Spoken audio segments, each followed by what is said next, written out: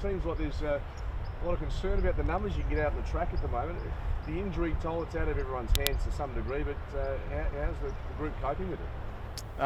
Yeah, end of the day, injuries are inevitable in the sport. Unfortunately, we had a couple of our good players go down on the weekend, but we stick together. We've got some exciting players coming back soon, hopefully. So it's all part of the game, and they've all proven that they can be professional and elite in their preparation and get back into the team and helping us win games. So we're coping well at the moment. Russell was really disappointed with the skill level shown by the team on Saturday. So probably the worst you've seen for some time. Do you concur with that? Yeah, definitely. I mean, it doesn't reflect the work I think that we've done over pre-season. We've done a lot of work on our skills and execution in those areas. So that gives us confidence in knowing that we can bounce back this week and get back to the game that we like to play. When you compare what happened on the weekend to what you've seen at training, so not a concern at all? No, not a concern. Just a bit disappointed we couldn't get it done on the weekend at the level that we've been proving on the track all pre-season. So that's something that we'll look to bounce back on. Personally, do you spend much time unpacking what happened on Saturday, or are you just a bit behind it? Well, personally, I give myself a day or two to unpack, and we do our team review and get some clear focuses out of it, and then I'll try and move on to this Sunday and focus on what I can control. And are they sorts of things you can sort of improve on, get right, just and all goes well for the next game?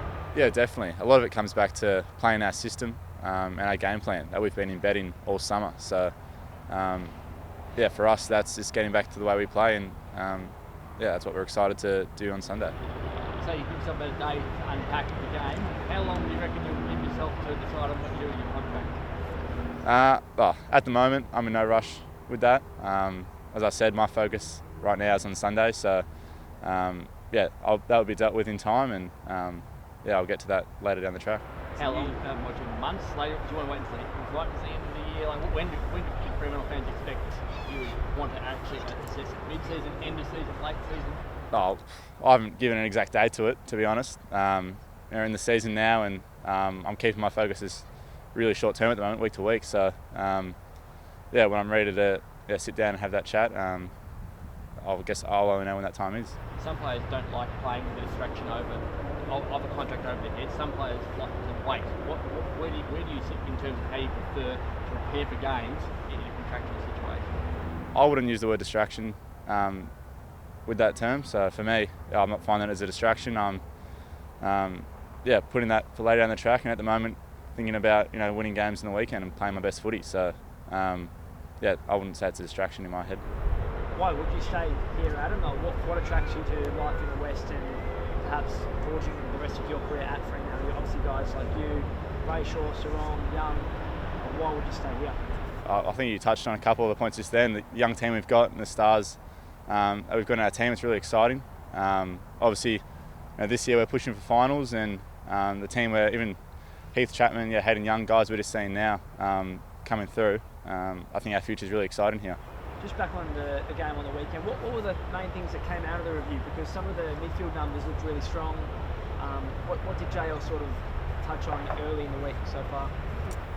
You're right. Stoppage work and our midfield numbers were really strong. It was just a matter of being able to execute going forward. That midfield connection and just backing ourselves with the ball and our skills. And if we do that, I reckon we get more shots on goal and more marks inside 50. So it's coming back to our system and backing ourselves with our skills and showing all the work that we've done over the pre-season. And your back seat's going to be tested again. Obviously, unfortunate injuries for Joel and Alex. Not having them last year, obviously you want them out in the park, but what's the attitude amongst the group knowing you're without them for at least probably the next 4-6? Very similar to last year, just next man in mentality. Luke Ryan, Brennan Cox made massive strides last year. Same as Ethan Hughes stepping up big time. So for us it gives more opportunity to players like Toby Watson, Heath Chapman, Hayden Young, and we backed them in completely, and as they showed last year, they can get the job done.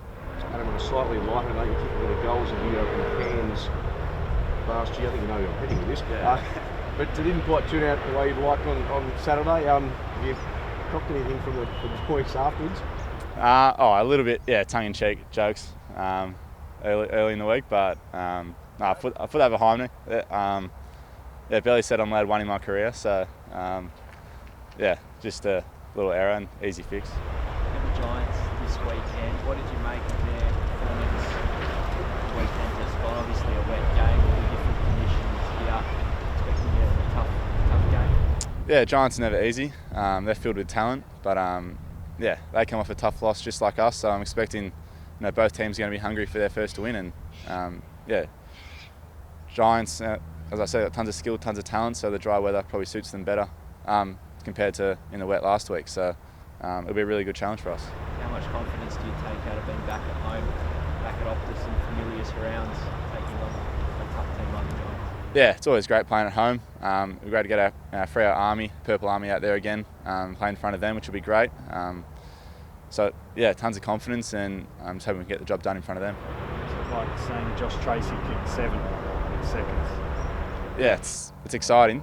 It's unfortunate that we couldn't have him on the weekend, but hopefully he'll be back soon, and hopefully kicking bags of 7 in the ones. Do you think they can make a difference at the top level?